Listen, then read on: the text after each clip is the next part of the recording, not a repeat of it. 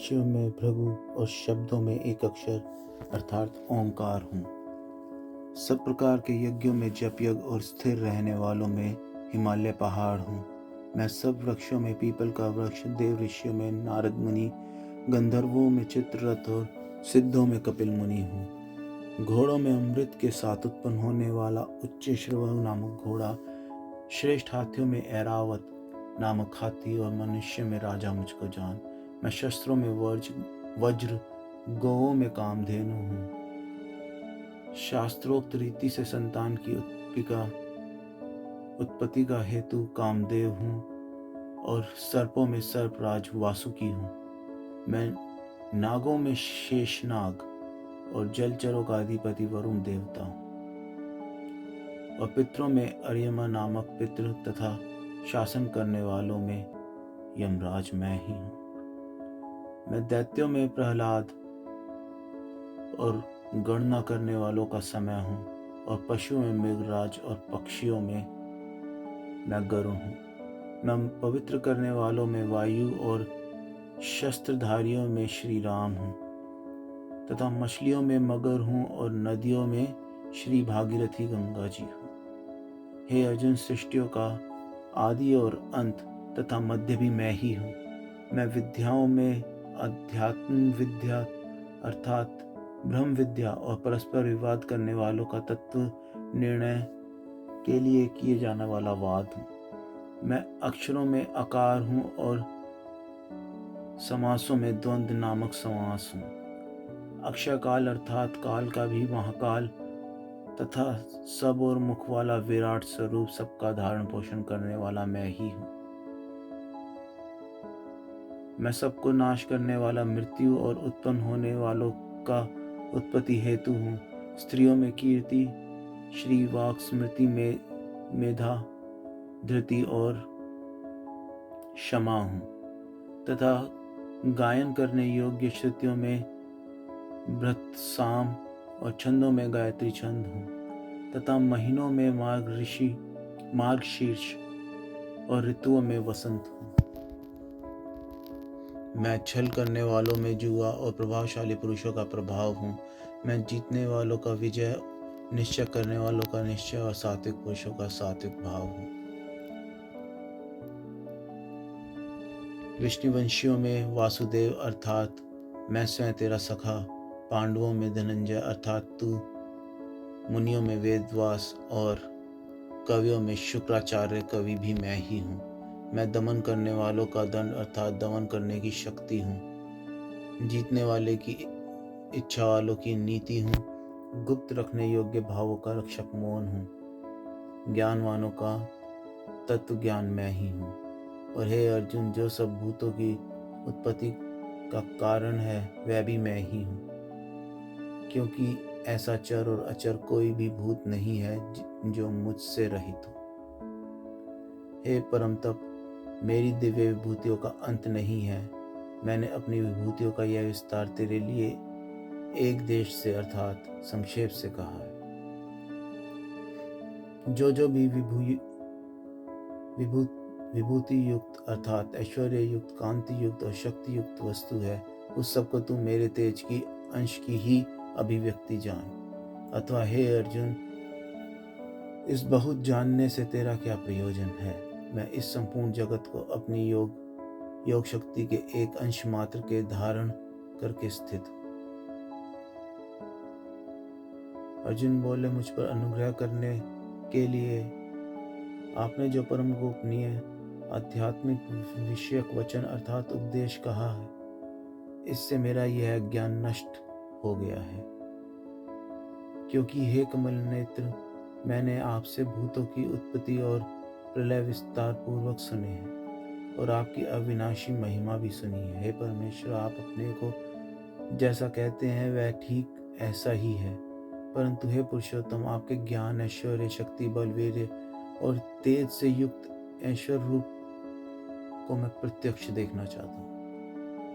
हे प्रभु, यदि मेरे द्वारा आपका वह रूप देखा जाना शक्य है, ऐसा आप मानते हैं, तो हे योगेश्वर, उस अविनाशी रूप का मुझे दर्शन कराइए श्री भगवान बोले, हे पार्थ, अब तू मेरे सैकड़ों हजारों नाना प्रकार के और नाना वर्ण तथा नाना आकृति वाले अलौकिक रूपों को देख। हे भरतवर्षी अर्जुन, तू मुझ में आदित्यों को अर्थात अदिति के 12 पुत्रों को, 8 वसुओं को, 11 रुद्रों को, दोनों अश्विनी कुमारों को और 49 मरुद गणों को देख तथा बहुत से पहले ना देखे हुए आश्चर्यमय रूपों को देख। हे अर्जुन, अब इस मेरे शरीर में एक जगह स्थित चराचर सहित संपूर्ण जगत को देख तथा और जो भी कुछ देखना चाहता है वो देख, परंतु मुझको तू इन अपने प्राकृत नेत्रों द्वारा देखने में निसंदेह समर्थ नहीं है। इसी से मैं तुझे दिव्य अर्थात अलौकिक चक्षु देता हूँ, इससे तू मेरी ऐश्वर्य योग शक्ति को देख। संजय बोले, हे राजन, महायोगेश्वर और सब पापों के नाश करने वाले भगवान ने इस प्रकार कह के उसके पश्चात अर्जुन को परम ऐश्वर्य रूप दिव्य स्वरूप दिखलाया। उनके मुख और नेत्रों से युक्त अनेक अद्भुत दर्शनों वाले, बहुत से विषय भूषणों से युक्त और बहुत से दिव्य शस्त्रों को हाथों में उठाए हुए, दिव्य माला और वस्त्रों को धारण किए हुए और दिव्य गंधक का सारे शरीर में लेप किए हुए, इस प्रकार के आश्चर्य से युक्त, सीमा रहित और सब और मुख किए हुए विराट स्वरूप परमदेव परमेश्वर को अर्जुन ने देखा। आकाश में 1000 सूर्यों के एक साथ उदय होने से उत्पन्न जो प्रकाश हो, वह भी उस विश्वरूप परमात्मा के प्रकाश के सदृश कदाचित हो। पांडु पुत्र अर्जुन ने उस समय अनेक प्रकार से विभक्त अर्थात पृथक पृथक संपूर्ण जगत को देवों के देव श्री कृष्ण भगवान के इस शरीर में एक जगह स्थित देखा। उसके अनंतर वे आश्चर्य से चकित और पुलकित शरीर अर्जुन प्रकाश में विश्वरूप परमात्मा को श्रद्धा भक्ति सहित सिर से प्रणाम करके हाथ जोड़कर बोले। अर्जुन बोले, हे देव, मैं आपके शरीर में संपूर्ण देवों को और अनेक भूतों के समुदायों को और कमल के आसन पर विराजित ब्रह्मा को, महादेव को और संपूर्ण ऋषियों को तथा दिव्य सर्पों को देखता हूँ। हे संपूर्ण विश्व के स्वामी, आपको अनेक भुजा, पेट, मुख और नेत्रों से युक्त और सब ओर से अनंत रूपों वाला देखता हूँ। हे विश्व रूप, मैं आपके न अंत को देखता हूँ, न मध्य को, न आदि को। आपको मैं मुकुट युक्त, गदा युक्त और चक्र युक्त तथा सब ओर से प्रकाशमान तेज के मुंज प्रज्वलित अग्नि और सूर्य के सदृश ज्योति युक्त, कठिनता से देखे जाने योग्य और सब ओर से अप्रमेय स्वरूप देखता हूँ। आप ही जानने योग्य परम अक्षर अर्थात परम ब्रह्म परमात्मा है और आप ही जगत के परम आश्रय हैं। आप ही अनादि धर्म के रक्षक हैं और आप ही अविनाशी सनातन पुरुष है, ऐसा मेरा मत है। आपको आदि अंत और मध्य से रहित, अनंत सामर्थ्य से युक्त, अनंत भुजा वाले, चंद्र सूर्य रूप नेत्रों वाले, प्रज्वलित अग्नि रूप मुख वाले और अपने तेज से इस जगत को संतप्त करते हुए देखता हूँ। हे महात्म, यह स्वर्ग और पृथ्वी के बीच का संपूर्ण आकाश और सब दिशाएं एक आपसे ही परिपूर्ण है तथा आपके इस अलौकिक और भयंकर रूप को देखकर तीनों लोग अति व्यथा को प्राप्त हो रहे हैं। वे ही देवताओं के समूह आप में प्रवेश करते हैं और कुछ भयभीत होकर हाथ जोड़े आपके नाम और गुणों का उच्चारण करते हैं तथा मनुष्य और सिद्धों के समुदाय कल्याण हो ऐसा कहकर उत्तम उत्तम स्तोत्रों द्वारा आपकी स्तुति कर रहे हैं। जो 11 रुद्र, 12 आदित्य तथा 8 वसु, साध्यगण, विश्वदेव, अश्विनी कुमार तथा मरुदगण और पितरों का समुदाय तथा गंधर्व, यक्ष, राक्षस और सिद्धों के समुदाय हैं, ये सभी विस्मित होकर आपको देखते हैं। हे महाभाव, आपके बहुत मुख और नेत्रों वाले, बहुत हाथ, जंघा और पैरों वाले, बहुत उदारों वाले और बहुत सी दाढ़ों के कारण अत्यंत विकराल महान रूप को देखकर सब लोग व्याकुल हो रहे हैं तथा मैं भी व्याकुल हो रहा हूँ, क्योंकि हे विष्णु, आकाश को स्पर्श करने वाले देदीप्यमान अनेक वर्णों से युक्त तथा फैलाए हुए मुख और प्रकाशमान विशाल नेत्रों से युक्त आपको देखकर भयभीत अंतःकरण वाला मैं धीरज और शांति नहीं पाता हूँ। दाढ़ों के कारण विकराल और प्रलयकारी अग्नि के समान प्रज्वलित आपके मुखों को देखकर मैं दिशाओं को नहीं जानता हूँ और सुख भी नहीं पाता हूँ। इसलिए हे देवेश, हे जगनिवास, आप प्रसन्न हो। वे सभी धृतराष्ट्र के पुत्र राजाओं के समुदाय सहित आप में प्रवेश कर रहे हैं और भीष्म पितामह, द्रोणाचार्य तथा व्याकरण और हमारे पक्ष के प्रधान योद्धाओं के सहित सब के सब आपके दाढ़ों के कारण विकराल भयानक मुखों में बड़े वेग से दौड़ते हुए प्रवेश कर रहे हैं और कई एक चूर्ण हुए सिरों सहित आपके दांतों के बीच में लगे हुए दिख रहे हैं। जैसे नदियों के बहुत से जल के प्रवाह स्वाभाविक ही समुद्र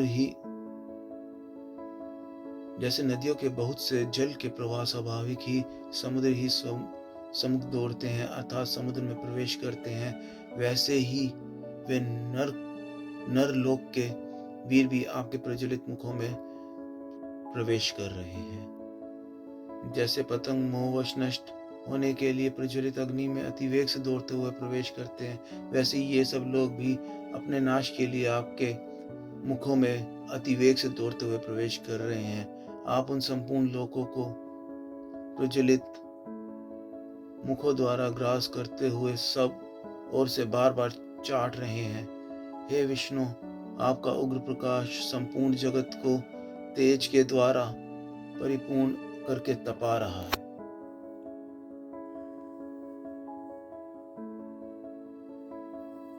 मुझे बतलाइए कि आप उग्र रूप वाले कौन है। हे देवों में श्रेष्ठ, आपको नमस्कार हो, आप प्रसन्न होइए। आदि पुरुष, आपको मैं विशेष रूप से जानना चाहता हूँ, क्योंकि मैं आपकी प्रवृत्ति को नहीं जानता। श्री भगवान बोले, मैं लोगों का नाश करने वाला बड़ा हुआ महाकाल हूँ। इस समय इन लोगों को नष्ट करने के लिए प्रवृत्त हुआ हूँ। इसलिए जो प्रतिपक्षियों की सेना में स्थित योद्धा लोग हैं, वे सब तेरे बिना भी नहीं रहेंगे, अर्थात तेरे युद्ध न करने पर भी इन सब का नाश हो जाएगा। अतः तू उठ, यश प्राप्त करो और शत्रुओं को जीत कर धन धान्य से संपन्न राज्य को भोग। ये सब शूरवीर पहले से ही मेरे द्वारा मारे गए हैं। हे स्वयं साचिन, तू तो केवल निमित्त मात्र बन जा। द्रोणाचार्य और भीष्म पितामह तथा जयद्रथ और कर्ण तथा और बहुत से मेरे द्वारा मारे हुए शूरवीर योद्धाओं को तू मार। भय मत कर, निसंदेह तू युद्ध में वैरियों को जीतेगा, इसलिए तू युद्ध कर। संजय बोले कि केशव भगवान के वचन को सुनकर मुकुटधारी अर्जुन हाथ जोड़कर कांपता हुआ नमस्कार करके फिर भी अत्यंत भयभीत होकर प्रणाम करके भगवान श्री कृष्ण के प्रति गदगद वाणी से बोले। अर्जुन बोले, हे अंतर्यामीन, यह योग्य ही है कि आपके नाम और गुण और प्रभाव के कीर्तन से जगत अति हर्षित हो रहा है और अनुराग भी प्राप्त कर रहा है, तथा भयभीत राक्षस लोग दिशाओं में भाग रहे हैं और सब सिद्ध गुणों के समुदाय नमस्कार कर रहे हैं। हे महात्मा, ब्रह्मा के भी आदिकर्ता और सबसे बड़े आपके लिए वे कैसे नमस्कार ना करें, क्योंकि हे अनंत, हे देवेश, हे जगन्निवास, जो सत असत और उनसे परे अक्षर अर्थात सच्चिदानंद घन ब्रह्म है, वह आप ही हैं। आप आदिदेव और सनातन पुरुष हैं। आप इस जगत के परम आश्रय हैं और जानने वाले हैं तथा जानने योग्य परम धाम है। हे अनंत रूप, आपसे यह सब जगत व्याप्त और अर्थात परिपूर्ण है। आप वायु, यमराज, अग्नि, वरुण, चंद्रमा, प्रजा के स्वामी और ब्रह्मा के भी पिता हैं। आपके लिए हजारों बार नमस्कार हो। आपके लिए फिर भी बार बार नमस्कार। हे अनंत सामर्थ्य वाले, आपके लिए आगे से और पीछे से भी नमस्कार। हे सर्वात्म, आपके लिए सब ओर से नमस्कार हो, क्योंकि अनंत पराक्रमशाली आप समस्त संसार को व्याप्त किए हुए हैं। इससे आप ही सर्वरूप हैं। आपके इस प्रभाव को ना जानते हो आप मेरे सखा हैं, ऐसा मानकर प्रेम से तथा प्रमाद से मैंने हे कृष्ण, हे यादव, हे सखे, इस प्रकार जो कुछ बिना सोचे समझे हठात कहा है। और हे अच्युत, आप जो मेरे द्वारा विनोद के लिए विहाशिया और आसन और भोजन आदि में अकेले अथवा उन सखाओं के सामने भी अपमानित किए गए हैं, वह सब अपराध अप्रेमय स्वरूप अर्थात अचिंत्य प्रभाव वाले आपसे मैं क्षमा करवाता हूँ। आप इस चराचर जगत के पिता और सबसे बड़े गुरु एवं अति पूजनीय हैं। हे अनुपम प्रभाव वाले, तीनों लोकों में आपके समान दूसरा कोई नहीं है, फिर अधिक तो कैसे हो सकता है। अतः हे प्रभु, मैं शरीर को भली भांति चरणों में निवेदित कर प्रणाम करके स्तुति करने योग्य आप ईश्वर को प्रसन्न होने के लिए प्रार्थना करता हूँ। हे देव, पिता जैसे पुत्र के, सखा जैसे सखा के और पति जैसे प्रियतमा पत्नी के अपराध सहन करते हैं, वैसे ही आप मेरे अपराध को सहन करने योग्य हैं। मैं पहले न देखे हुए आपके इस आश्चर्यमय रूप को देखकर हर्षित हो रहा हूँ और मेरा मन भय से अति व्याकुल भी हो रहा है। इसलिए आप उस अपने चतुर्भुज विष्णु रूप को ही मुझे दिखलाइए। हे देवेश जगन निवास प्रसन्न होइए। मैं वैसे ही आपको मुकुट धारण किए हुए तथा गदा और चक्र हाथ में लिए हुए देखना चाहता हूँ। इसलिए हे विश्व स्वरूप, हे सहस्र भाव, आप उस चतुर्भुज रूप में प्रकट होइए। श्री भगवान बोले, हे अर्जुन, अनुग्रह पूर्वक मैंने अपनी योग शक्ति प्रभाव से मेरा परम तेजो में सबका आदि और सीमा रहित विराट रूप तुझको दिखलाया है, जिसे तेरे अतिरिक्त किसी ने नहीं देखा था। हे अर्जुन, मनुष्य लोक में इस प्रकार विश्व रूप वाला मैं न वेद और यज्ञों के अध्ययन से, न दान से, न क्रियाओं से और न उग्र तपस्यों से ही तेरे अतिरिक्त दूसरे के द्वारा देखा जा सकता।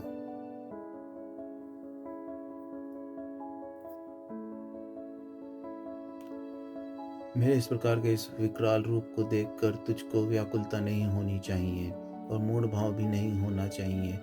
तू भय रहित और प्रीति युक्त मन वाला होकर उसी मेरे उस शंख चक्र गदा पदयुक्त चतुर्भुज रूप को फिर देख।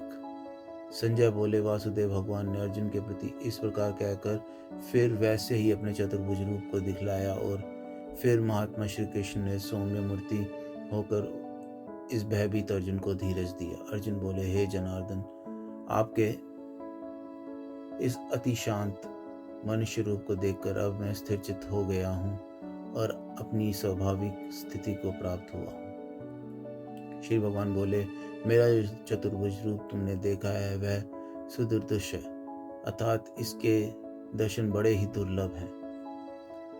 देवता भी सदा इस रूप के दर्शन की आकांक्षा करते रहते हैं। जिस प्रकार तुमने मुझको देखा है उस प्रकार चतुर्भुज रूप वाला मैं इन वेदों से, न तप से, न दान से और न यज्ञ से ही देखा जा सकता हूँ। परंतु हे परम तप अर्जुन, अनन्य भक्ति के द्वारा इस प्रकार चतुर्भुज रूप वाला मैं प्रत्यक्ष देखने के लिए, तत्व से जानने के लिए तथा प्रवेश करने के लिए अर्थात एक ही भाव से प्राप्त होने के लिए भी शक्य हूँ। हे अर्जुन, जो पुरुष केवल मेरे ही लिए संपूर्ण कर्तव्य कर्मों को करने वाला है, मेरे परायण है, मेरा भक्त, आसक्ति रहित है और संपूर्ण भूत प्राणियों में वैर भाव से रहित है, वह अनन्य भक्ति युक्त पुरुष मुझको ही प्राप्त होता है।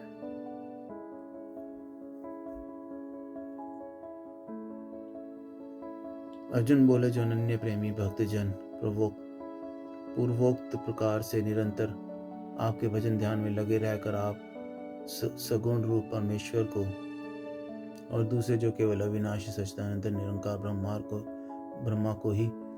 ब्रह्म को ही अतिश्रेष्ठ भाव से भजते हैं, उन दोनों प्रकार के उपासकों में अति उत्तम योग वेता कौन है? श्री भगवान बोले, मुझ में मन को एकाग्र करके निरंतर मेरे भजन ध्यान में लगे हुए जो भक्तजन अतिशय श्रेष्ठ श्रद्धा से युक्त होकर मुझ सगुण रूप परमेश्वर को भजते हैं, वे मुझको योगियों में अति उत्तम योगी मान्य हैं। परंतु जो पुरुष इंद्रियों के समुदाय को भली प्रकार वश में करके मन बुद्धि से परे सर्वव्यापी अकथनीय स्वरूप और सदा एक रस रहने वाले नित्य अचल निराकार अविनाशी सच्चिदानंद घन ब्रह्म को निरंतर एक ही भाव से ध्यान करते हुए बसते हैं, वे संपूर्ण भूतों के हित में रत और सब में समान भाव वाले योगी मुझको ही प्राप्त होते हैं। उन सच्चिदानंद घन निराकार ब्रह्म में आसक्त चित्त वाले पुरुषों के साधन में परिश्रम विशेष है, क्योंकि देहाभिमानियों के द्वारा अव्यक्त विषयक गति दुखपूर्वक प्राप्त की जाती है। परंतु जो मेरे परायण रहने वाले भक्तजन संपूर्ण कर्मों को मुझ में अर्पण करके मुझ सगुण रूप परमेश्वर को ही अनन्य भक्ति योग से निरंतर चिंतन करते हुए बसते हैं, हे अर्जुन, उन मुझ में चित्त लगाने वाले प्रेमी भक्तों का मैं शीघ्र ही मृत्यु रूप संसार समुद्र से उद्धार करने वाला होता हूँ। मुझ में मन को लगा और मुझ में ही बुद्धि को लगा, इसके उपरांत तू मुझ में ही निवास करेगा, उसमें कोई भी संशय नहीं है। यदि तू मन को मुझ में अचल स्थापन करने के लिए समर्थ नहीं है तो अर्जुन अभ्यास रूप योग के द्वारा मुझको प्राप्त करने के लिए इच्छा कर। यदि तू उपयुक्त अभ्यास में भी असमर्थ है तो केवल मेरे लिए कर्म करने के ही परायण हो जा। इस प्रकार मेरे निमित्त कर्मों को करता हुआ भी मेरी प्राप्ति रूप सिद्धि को ही प्राप्त होगा। यदि मेरी प्राप्ति रूप योग के आश्रित होकर उपयुक्त साधन को करने में भी तू असमर्थ है तो मन बुद्धि आदि पर विजय प्राप्त करने वाला होकर सब कर्मों के फल का त्याग कर। मम को न जान कर किए हुए अभ्यास से ज्ञान श्रेष्ठ है। ज्ञान से मुझ परमेश्वर के स्वरूप का ध्यान श्रेष्ठ है और ध्यान से सब कर्मों के फल का त्याग श्रेष्ठ है, क्योंकि त्याग से तत्काल ही परम शांति होती है। जो पुरुष सब भूतों में द्वेष भाव से रहित, स्वार्थ रहित, सबका प्रेमी है और हित दयालु है तथा ममता से रहित, अहंकार से रहित, सुख दुखों की प्राप्ति में सम और क्षमावान है,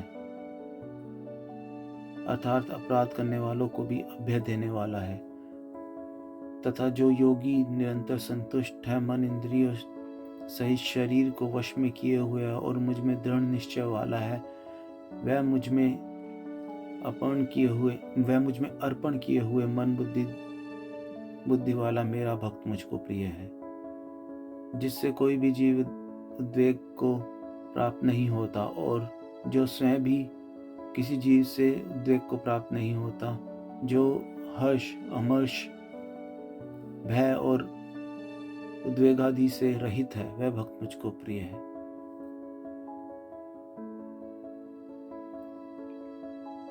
जो पुरुष आकांक्षा से रहित, बाहर भीतर से शुद्ध, चतुर, पक्षपात रहित और दुखों से छूटा हुआ है, वह सब आरंभों का त्यागी मेरा भक्त मुझको प्रिय है। जो न कभी हर्षित होता है, न द्वेष करता है, न शोक करता है, न कामना करता है, तथा जो शुभ और अशुभ संपूर्ण कर्मों का त्यागी है, वह भक्ति युक्त पुरुष मुझको प्रिय है।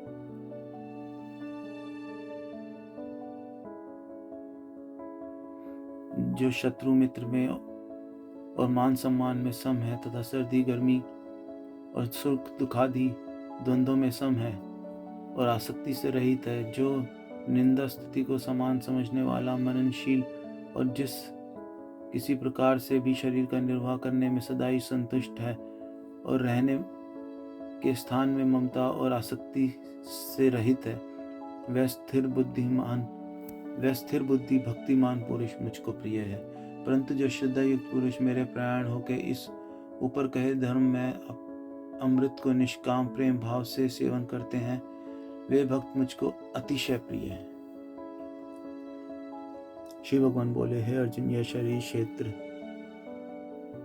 इस नाम से कहा जाता है और इसको जो जानता है उसको क्षेत्रज इस नाम से इनके तत्व को जानने वाला ज्ञानी जन कहते हैं।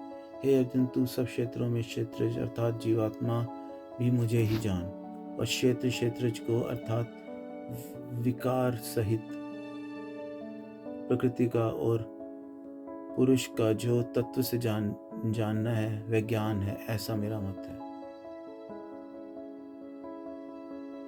वह क्षेत्र जो और जैसा है तथा जिन विकारों वाला है और जिस कारण से जो हुआ है, तथा वह क्षेत्र भी जो और जिस प्रभाव वाला है, वह सब संक्षेप में मुझसे सुन। यह क्षेत्र और क्षेत्रज का तत्व ऋषियों द्वारा बहुत प्रकार से कहा गया है और विविध वेद मंत्रों द्वारा भी विभाग पूर्वक कहा गया है, तथा भली भांति निश्चय किए हुए युक्त युक्त ब्रह्मसूत्र के पदों द्वारा भी कहा गया है।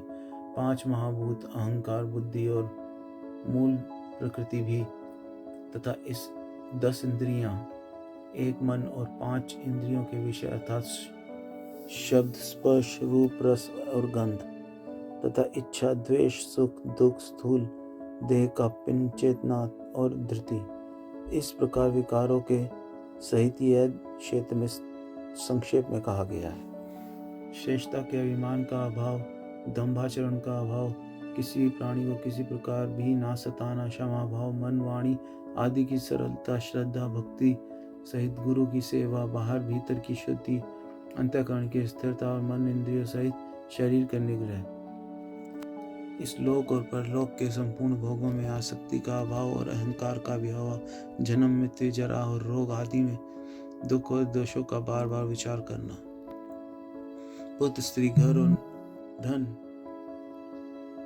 आदि में आसक्ति का प्रभाव, ममता का ना होना, तथा प्रिय और अप्रिय की ममता, प्रिय और प्रिय की प्राप्ति में सदा ही चित्त का सम होना, मुझ परमेश्वर में अनन्य योग के द्वारा अव्यभिचारिणी भक्ति और तथा एकांत और शुद्ध देश में रहने का स्वभाव और विषयासक्त मनुष्यों के समुदाय में प्रेम का ना होना, अध्यात्म ज्ञान में नित्य स्थिति और तत्व ज्ञान के अर्थ रूप परमात्मा को ही देखना, यह सब ज्ञान है, और जो इसके विपरीत है वह ज्ञान है, ऐसा कहा गया है।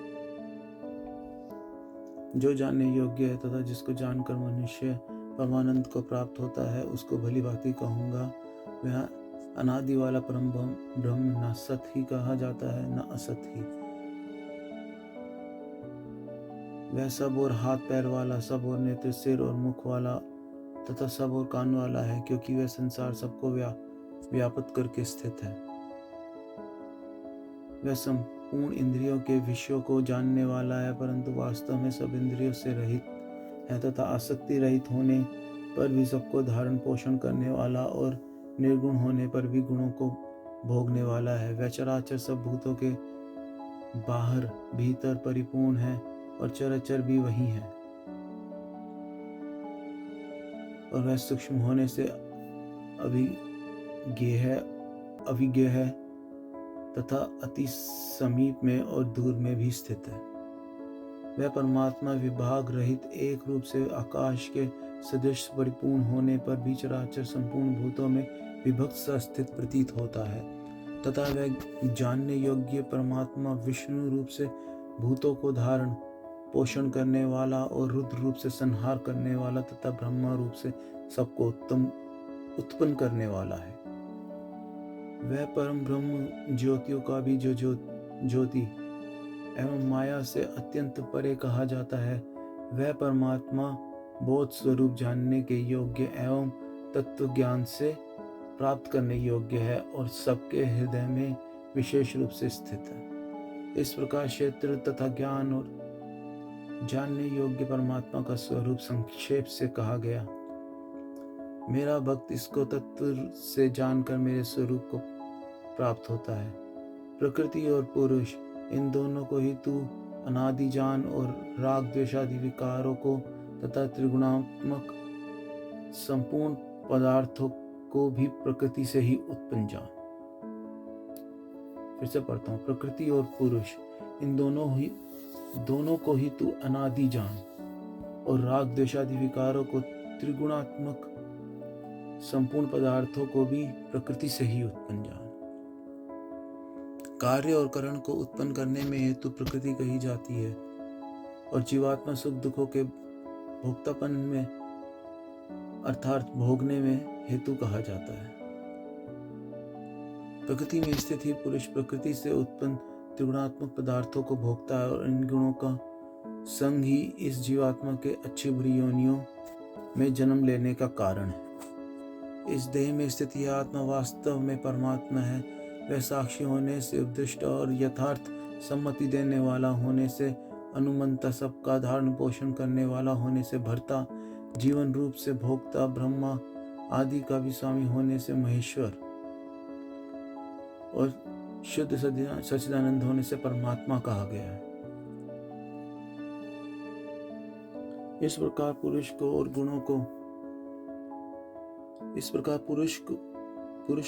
गुणों के सहित प्रकृति को जो मनुष्य तत्व से जानता है, वह सब प्रकार से कर्तव्य कर्म करता हुआ भी फिर नहीं जन्मता।